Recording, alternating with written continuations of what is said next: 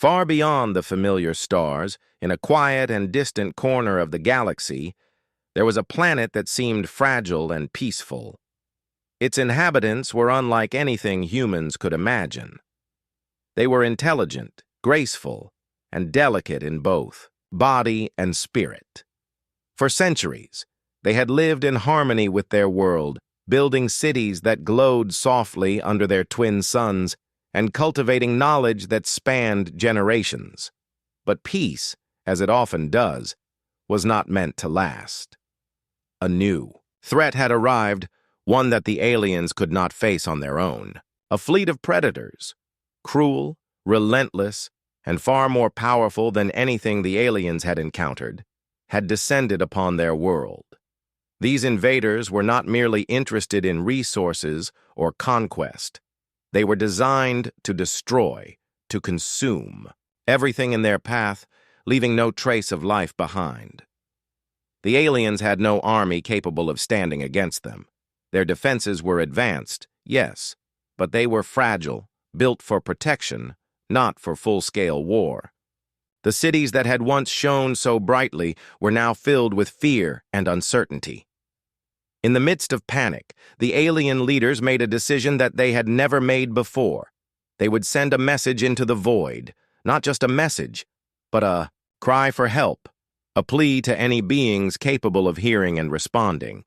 This was not a signal of diplomacy. It was a desperate call from a species on the brink of extinction.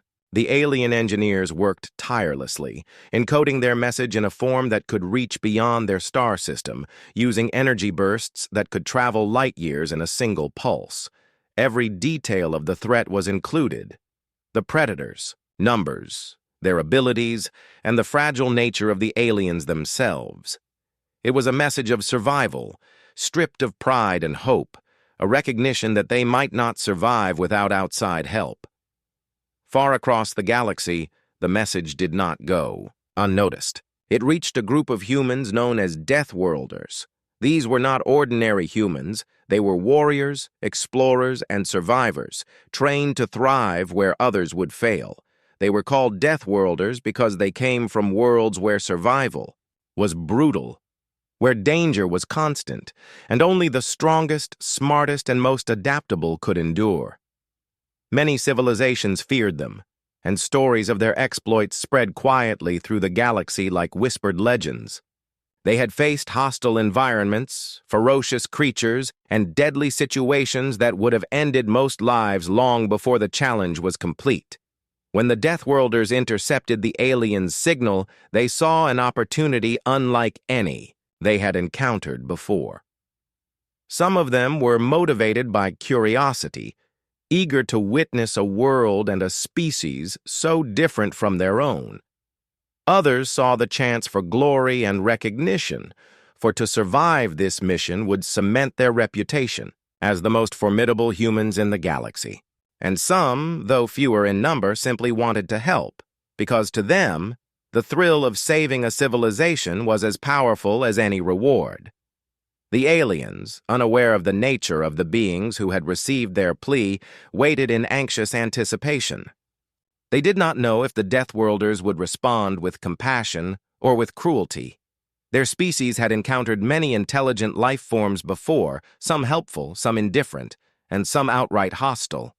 But nothing had prepared them for the kind of beings that were now traveling toward them, drawn by the faintest hint of danger and opportunity. As the Deathworlders prepared their journey, they studied the information contained in the aliens' distress signal. They learned about the planet's surface, the predators' abilities, and the fragile structures that made up the alien civilization. They made plans that were detailed, precise, and daring. Every potential obstacle was considered. Every risk was calculated, yet their plans also embraced the unpredictable nature of survival. They did not fear death in the way ordinary beings might, because they had been trained to turn the impossible into the possible. Meanwhile, the aliens continued their anxious preparations. They strengthened what defenses they could, organized their people into safe zones, and tried to maintain calm in a population that had never faced true war. The older generations whispered to the young ones about the legends of the universe, about beings that might come to their aid, while the leaders prayed quietly, hoping that the signal they had sent would not be ignored. Days turned into nights, and nights into long, tense cycles of waiting. Every passing moment brought the predators closer to their cities, and the aliens could only hope that help would arrive before it was too late. Finally, the first signs of the Deathworlders' approach were detected. From the perspective of the aliens, the fleet that emerged from the darkness of space was unlike anything they had ever seen. The ships were sleek, powerful, and efficient, designed for speed and strength. The humans themselves, the Deathworlders, were even more remarkable. The aliens observed from a distance as the humans moved with purpose, their actions precise and deliberate. There was no hesitation, no doubt, only the quiet confidence of beings who had faced death countless times and emerged victorious. For the aliens, the sight of the Deathworlders was both terrifying and exhilarating. They had cried out for help, and now the answer had arrived in a form they could hardly comprehend. These humans were not gentle saviors. They were predators in their own right, death-dealing and unstoppable. Yet, paradoxically, they were also the only hope the aliens had ever known. The fragile species watched with bated breath, unsure if their plea for help would result in salvation or destruction. As the Deathworlders prepared to descend onto the alien planet, the stage was set for a confrontation that would test the limits of courage, intelligence, and survival. The aliens, for the first time in generations, felt a spark of hope, and the humans, as they approached the unknown world, felt the familiar thrill of stepping into a challenge that no one else could survive. Two very different species, brought together by desperation and daring, were about to change the course of history in a corner of the galaxy where survival was measured in moments and legends were born in the shadows. The aliens had sent out a cry for help, and the Deathworlders were coming. Whether this would lead to salvation or catastrophe, no one could yet know. But one thing was certain: the universe had just become a stage for a story of survival, courage, and the extraordinary impact of beings who thrived where others would fall. The Deathworlders' journey to the alien planet was far from simple. They traveled across a vast and unknown stretch of space, a region where few had ventured and even fewer had survived. The void was not empty. It was filled with dangers that could strike without warning. Cosmic storms raged across light years, sending bursts of energy that could disable unprotected ships. Asteroid fields shifted constantly, turning travel into a deadly game of timing and skill. Strange gravitational anomalies tugged at the ships unpredictably, and the very fabric of space seemed to test the limits of every human aboard. Inside the command ship, the Deathworlders moved with quiet efficiency. They were used to these conditions, trained to anticipate the unpredictable and to remain calm under pressure. Some checked the instruments, monitoring energy flows and shield integrity. Others reviewed maps of the alien planet and studied every detail of the predator's known behavior. Each member of the team had a role that suited their unique skills. One was an expert in navigation, capable of plotting a path through fields of debris that would have torn lesser vessels apart. Another specialized in tactics, preparing for the battles they would soon face. Yet another focused on survival, thinking ahead to every scenario where the humans might have to adapt quickly to alien environments. Despite their confidence, there were moments of tension. The Deathworlders were not fearless. They respected the dangers of the universe. One misstep could mean disaster. They had survived countless challenges before, but this mission carried a new weight. The alien planet was unlike any they had encountered, with threats they had only read about or seen in simulations. And yet, the challenge was part of the allure. They thrived on situations where ordinary beings would falter. The more dangerous the mission, the sharper their focus. the faster their instincts. Meanwhile, the aliens watched anxiously from orbit. They had no way of fully understanding the humans' abilities, only that these newcomers were unlike anyone they had seen. Their approach was calm but deliberate, precise yet full of power. The aliens had expected some form of help, but the presence of the Deathworlders exceeded every hope and every fear. They had sent a cry for aid, but these humans were not ordinary rescuers. They were a force of nature, a species built to survive in the most extreme conditions imaginable. The aliens were both awed and frightened, unsure if these humans would protect them, or if their arrival might bring even more chaos. As the journey continued, the Deathworlders encountered phenomena that challenged even their considerable skills. Massive fields of magnetic storms bent the ship's sensors, making navigation difficult. Nebulas of colorful gas obscured the path ahead, hiding potential hazards. Rogue asteroids moved in patterns that defied logic, forcing pilots to make split-second decisions. Each obstacle tested their teamwork, patience, and trust in one another. Mistakes were not an option, for even a minor miscalculation could mean the destruction of the entire mission. During these moments, the humans demonstrated qualities that fascinated the aliens. They were resilient, refusing to panic even when danger surrounded them on all sides. They were adaptable, finding solutions that seemed impossible, creating new tactics on the spot. They were determined, pushing forward even when the universe itself seemed to resist their progress. The aliens watched in quiet awe, slowly realizing that these humans were unlike any life forms they had ever known. Inside the alien cities, preparations continued as well. Citizens were evacuated to safe zones, fragile buildings were reinforced, and protective measures were taken wherever possible. The older generations shared stories with the young, emphasizing the importance of hope, even in the darkest moments. They spoke of the humans they had sent for help, describing them as strange, powerful, and unpredictable. Every day brought new fears, but also a faint hope that survival was possible. As the Deathworlders approached the planet, the aliens' anxiety grew. Signals from the human fleet confirmed that they were closing in, and for the first time in many generations, the alien species allowed themselves to hope.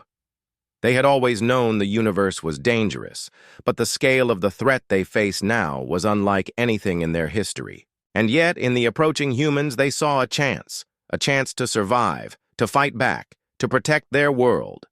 The Deathworlders, for their part, were preparing for more than just a battle. They studied the alien terrain from orbit, analyzing the planet's geography, climate, and hazards. Every hill, valley, and river was considered in their planning. They evaluated possible strategies, imagining how the predators would move and where they could set traps. Each member contributed insights based on their own experience and training. Even small details, like wind patterns or native wildlife, were considered, for the Deathworlders knew that survival depended on understanding every element of an environment. The humans also took time to understand the aliens themselves. They observed their culture, their habits, and their limitations.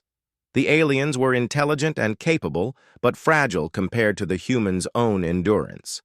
The Deathworlders realized that to save this species, they could not simply fight the predators.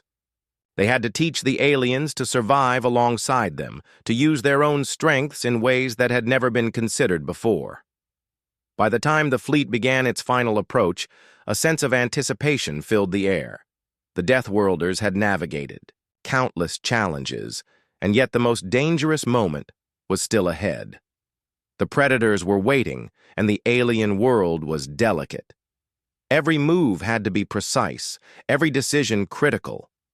But the humans were ready. They thrived on danger, and they were experts at turning hostile environments into advantages.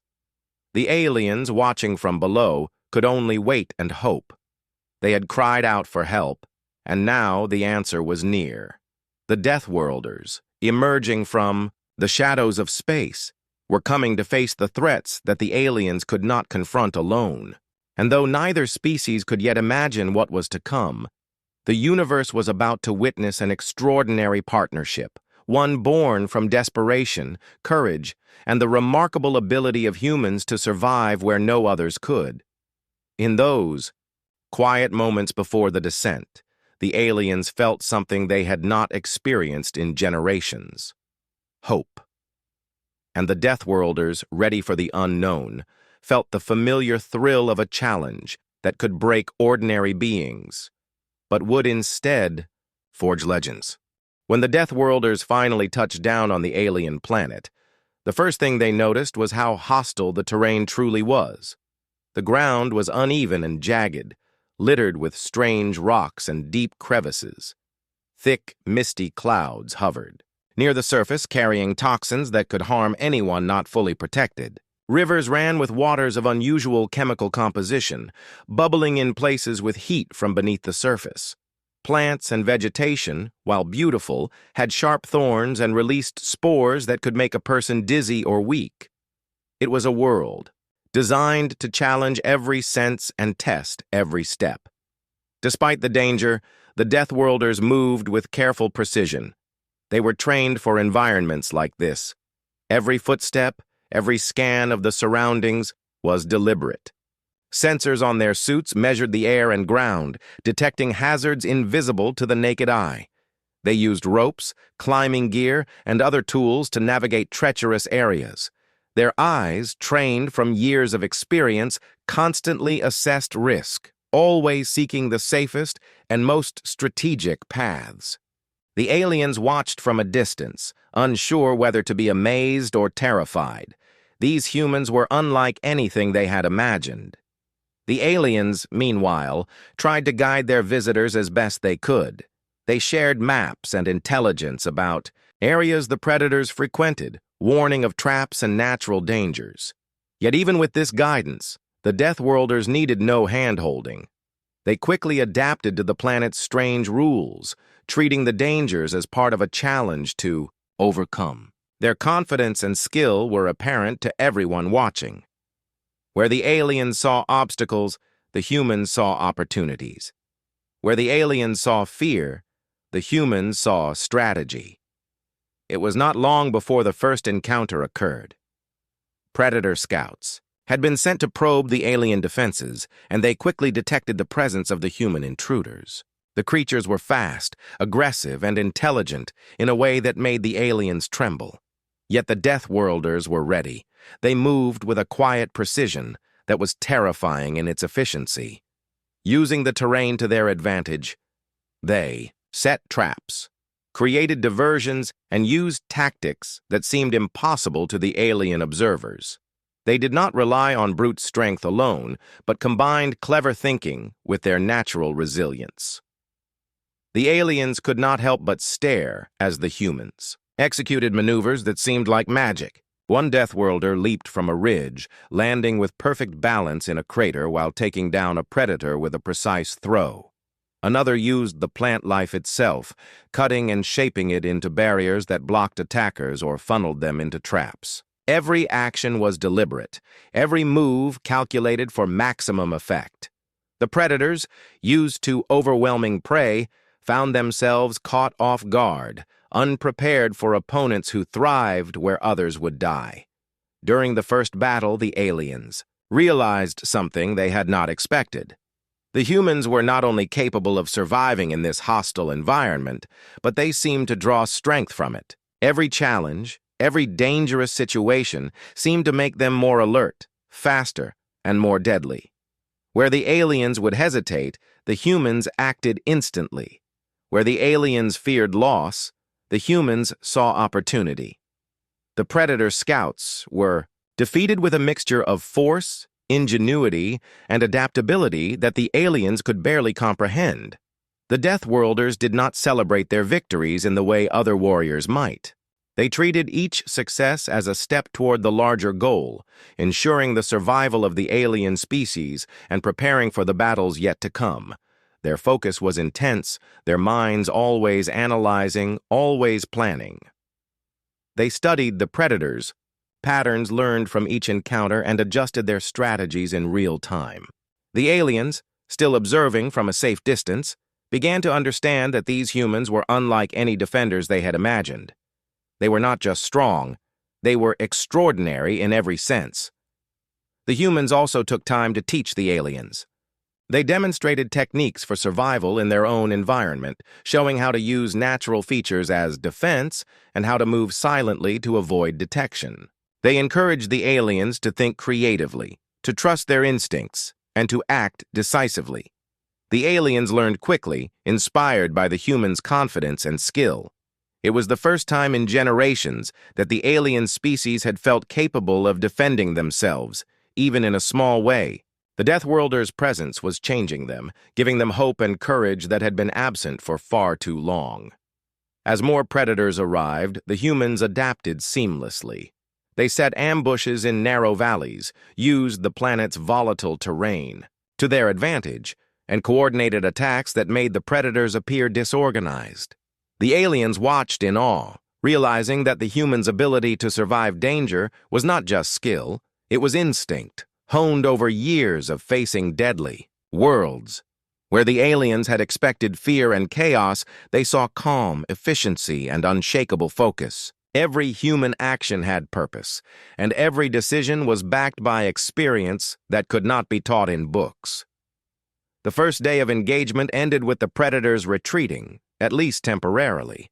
The humans had proven their dominance, not through raw power alone, but through intelligence, strategy, and the ability to thrive in conditions that would have destroyed any other species. The aliens were exhausted, both from fear and from hope.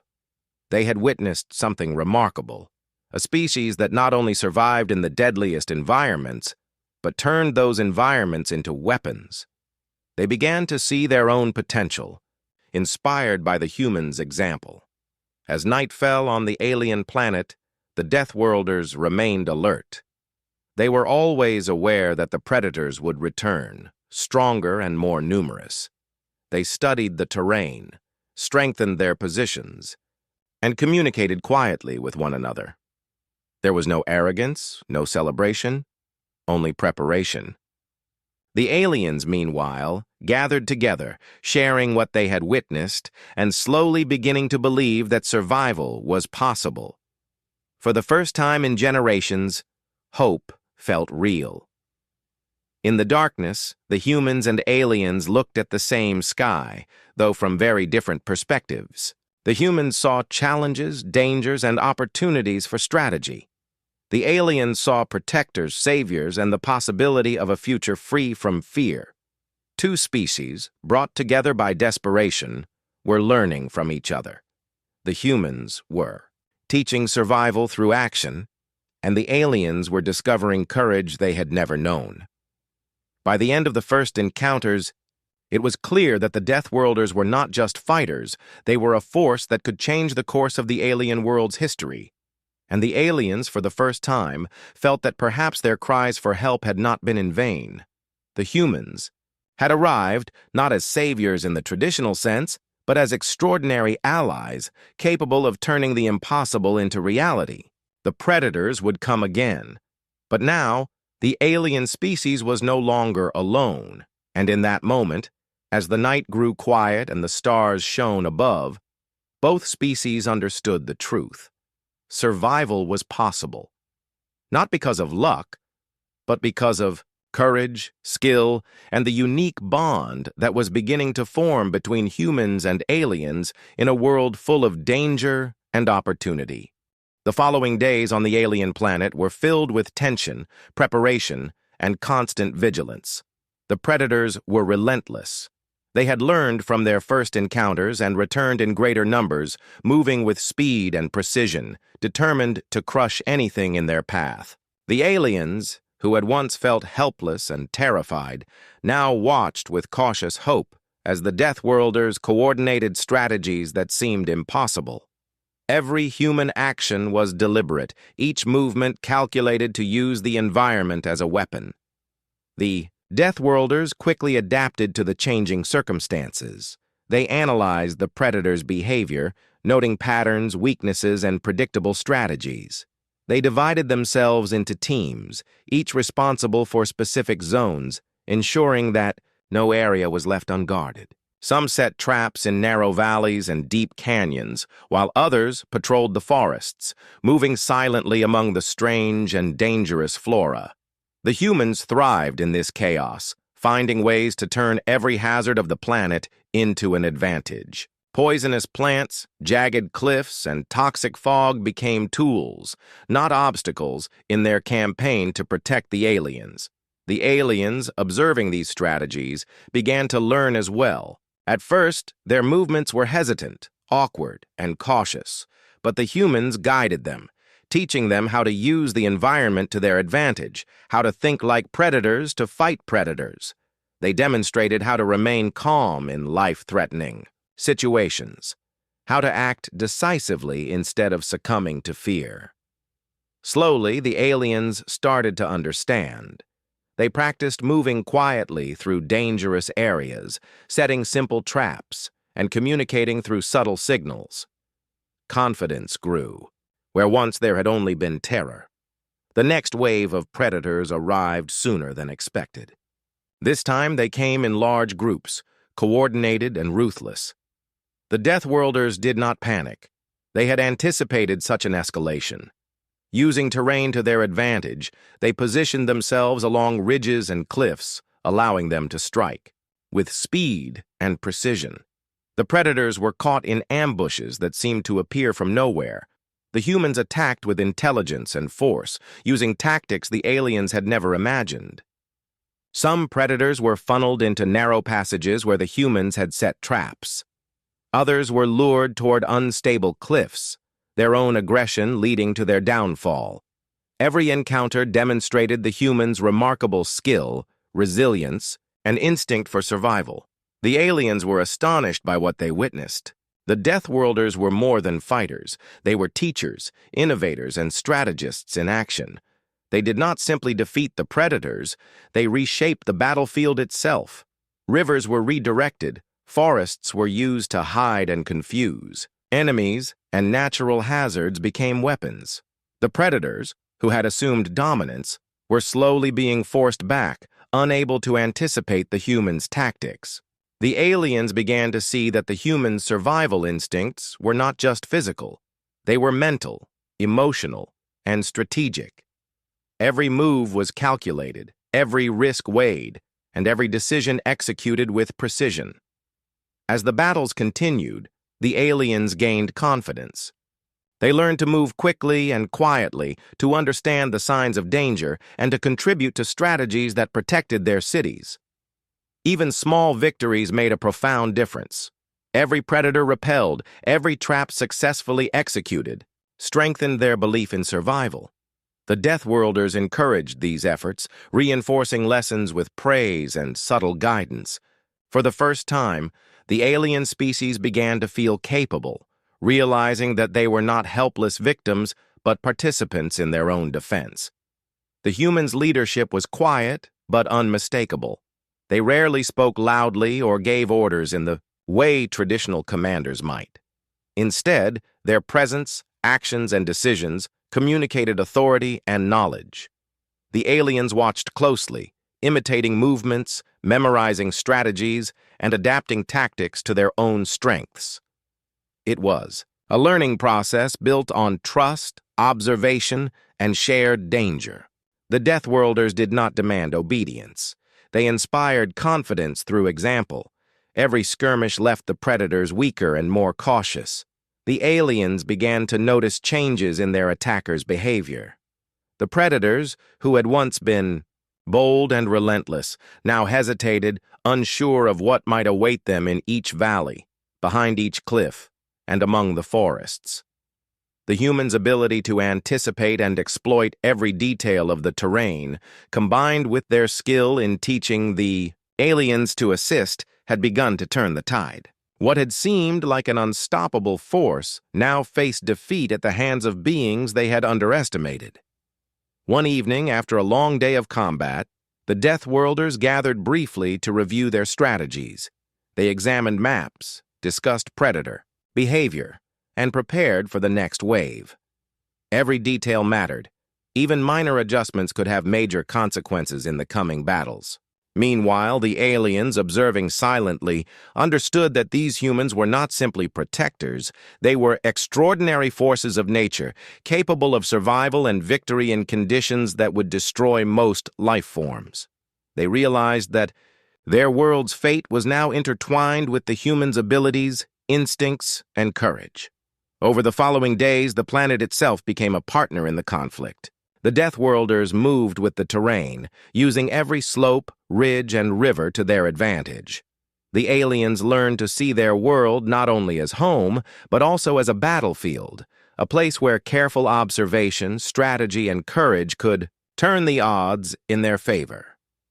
Together, humans and aliens began to anticipate predator attacks, set traps, and counter-offensive maneuvers with a coordination that seemed almost instinctual.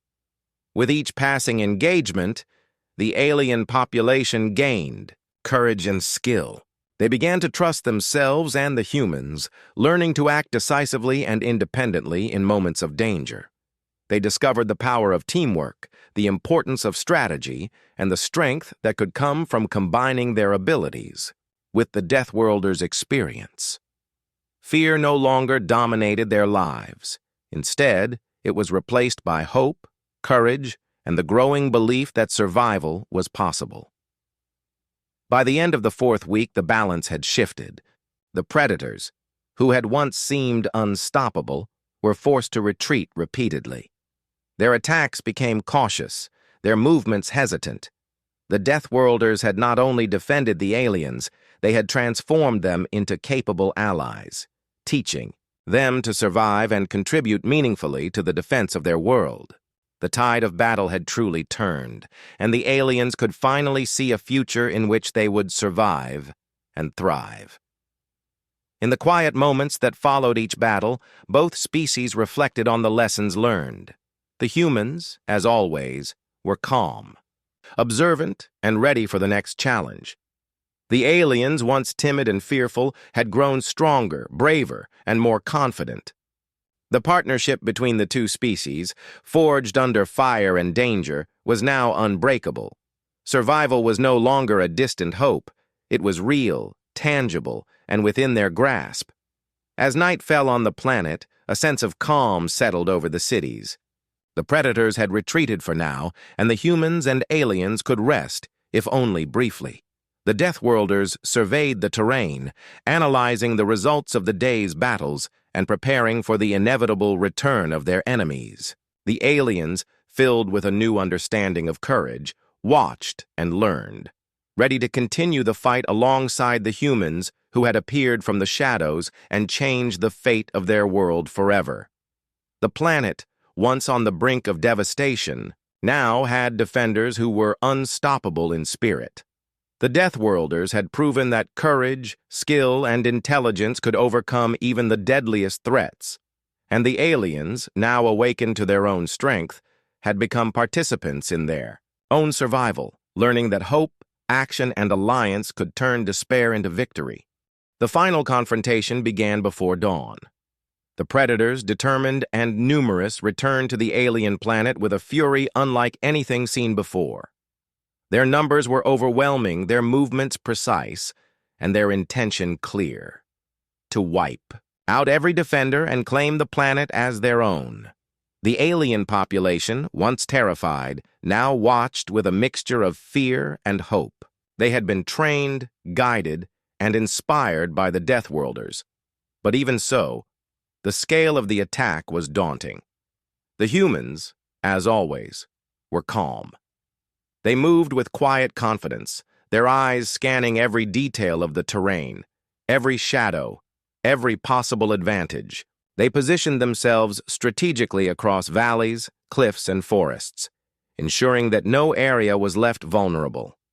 Each Deathworlder had a role, each movement had purpose, and every action was coordinated with precision.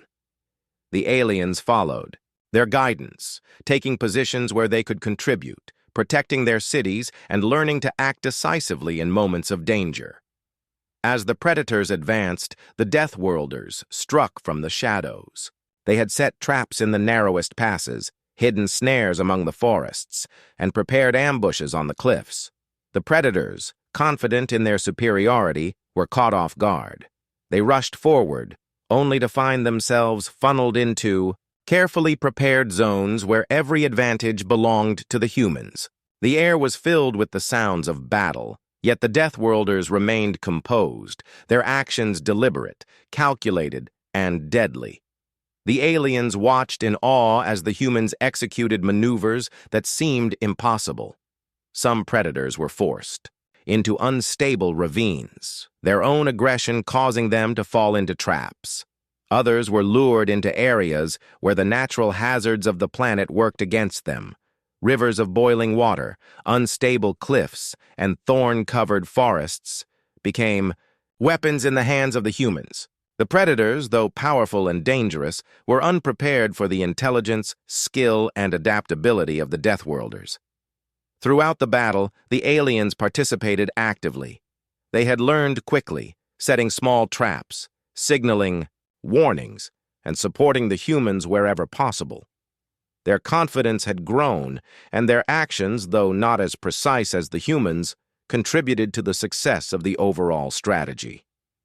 Together, humans and aliens created a coordinated defense that overwhelmed the predators, turning the tide decisively in their favor. The turning point came when a massive group of predators tried to bypass the main defenses and attack the cities directly. The Deathworlders anticipated this move. Using the terrain to their advantage, they created choke points and ambushes, forcing the predators into positions where their numbers counted for little. Every strike, every maneuver, was executed with exact timing. The predators, once confident and ruthless, found themselves outmaneuvered, confused, and ultimately defeated. As the battle continued, the aliens realized something extraordinary. They were not merely surviving, they were participating in a fight that could determine the fate of their entire species. The courage and skill they had gained from the humans allowed them to face danger without fear. The knowledge and confidence instilled by the Deathworlders transformed them from helpless observers into active defenders. They began to feel capable of surviving even in the most extreme conditions, and this newfound belief strengthened the alliance between the two species. Midday, the predators were retreating. They had underestimated the humans' ability to adapt, to turn the environment into a weapon, and to teach others to survive alongside them. Every retreat was a lesson for the aliens, who now understood that courage, strategy, and cooperation could overcome even the deadliest threats. The Deathworlders continued to push forward, ensuring that no predator could regroup or regain strength. Their precision, intelligence, and endurance were unmatched, and the aliens could only watch in amazement. When the final predator fell, the battlefield fell silent. The Deathworlders stood among the alien defenders, surveying the results of the conflict. There was no celebration, no boasting, only quiet satisfaction and preparation for the unknown challenges that might come next. The aliens, exhausted but alive, finally allowed themselves to feel a deep sense of relief. Their homeworld had been saved, and their species had survived because of the humans' courage, skill, and guidance.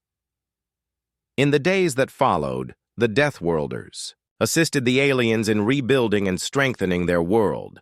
Cities were repaired, defenses were improved, and the knowledge gained during the battles was shared among the alien population. The humans taught them not only how to survive future attacks, but also how to think strategically, use their environment, and work together to face any threat. The aliens, once fragile and fearful, were now confident and capable, forever changed by the humans' presence and example. And then, as quietly as they had arrived, the Deathworlders prepared to leave. They had accomplished their mission and ensured that the aliens were capable of protecting themselves. There were no grand farewells or parades, no ceremonies or awards. The humans' nature was different.